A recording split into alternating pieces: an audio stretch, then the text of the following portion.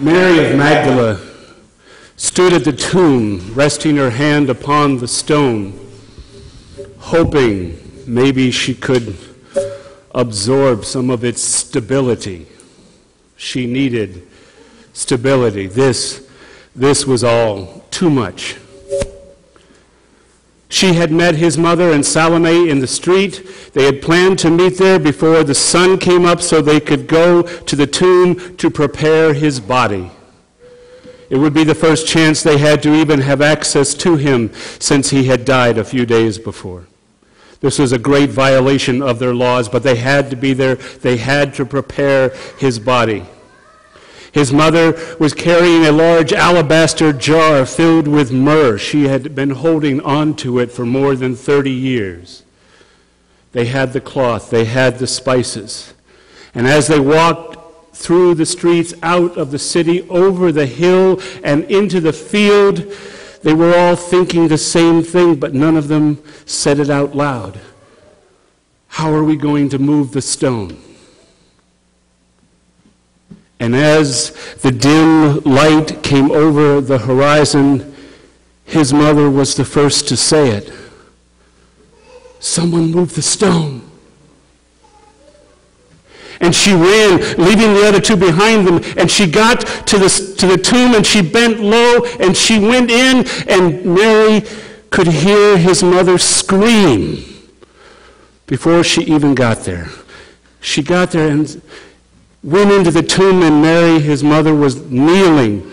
The body was gone, and she was weeping into the garments, the fabric they had used to wrap his body.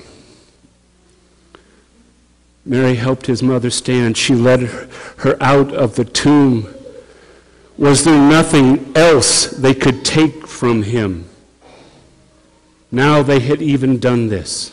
They had taken away his dignity even in death. Mary pushed his mother towards Salome and said, "Take her home, then go to Peter's house. Tell them what has happened. I will wait here."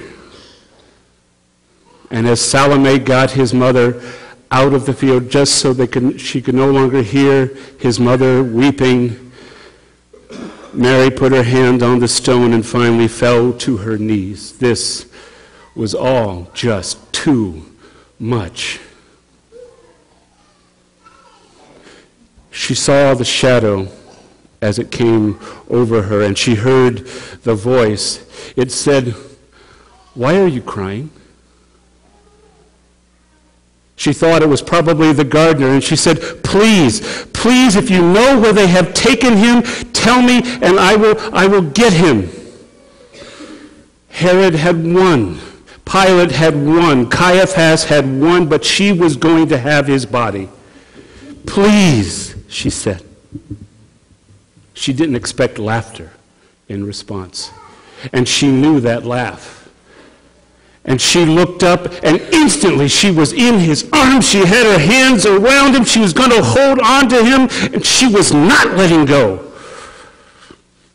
He said, "You're going to have to let go." She said, "Move!" He said, "What?" She said, "What?" He had to pry her arms from around him and hold her back from him. And he was smiling, the same smile he always had. Always. What a beautiful word. Always. He was always there. Not used to, always. And he bent low so their foreheads were almost touching. And he said words the way he said them when they were just for her. He said, "Go find my disciples. Tell them I'm alive. And tell them it's all up to you now." She said, "What are you talking about? Just come with me." He said, No, everything has changed. It's up to you now. Go find my disciples, tell them I'm alive, tell them I'm coming to visit them. She backed away slowly, as if she was afraid that if she got too far, he would just evaporate and smoke and would be gone again. And she turned and she ran, not caring who saw this woman running through the streets in the morning, feeling like she could fly. If she looked at her feet, it would spoil the illusion because she knew she wasn't even touching the ground. She was flying through the streets. She knew she'd be going to Peter's house. That's where they always went when something bad happened. Peter's mother cooked. She'd be there cooking. She'd say, "Sit down, I'll make you something to eat." Mary burst through the door and said, "He's alive!" John, who had been sitting with his feet up on the table, fell backwards over in his chair. He looked up from the floor and said, "What?" Mary said, "He's alive! He's alive! He's alive! He's alive! He's alive! He's alive!" and started spinning around in a circle like she was dancing. John said, "Yeah, she's drunk."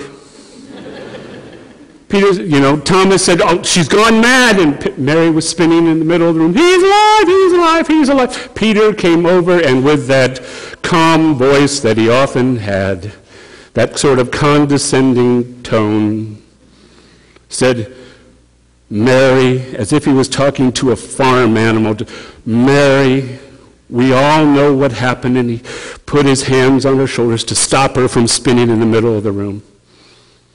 "Mary." Mary looked at him and kind of mocked what she had always called his frowny face. "Yes, Peter." He said, "We know what happened. Salome was here. We know the body." And she interrupted him and grabbed him by the front of his robe and yanked him down so they were nose to nose. And she spoke to that Peter, the one who was fun, the one who Jesus had changed his name to Rock, the one who stepped out of a boat in the middle of a storm. She grabbed him and she said, "He is alive."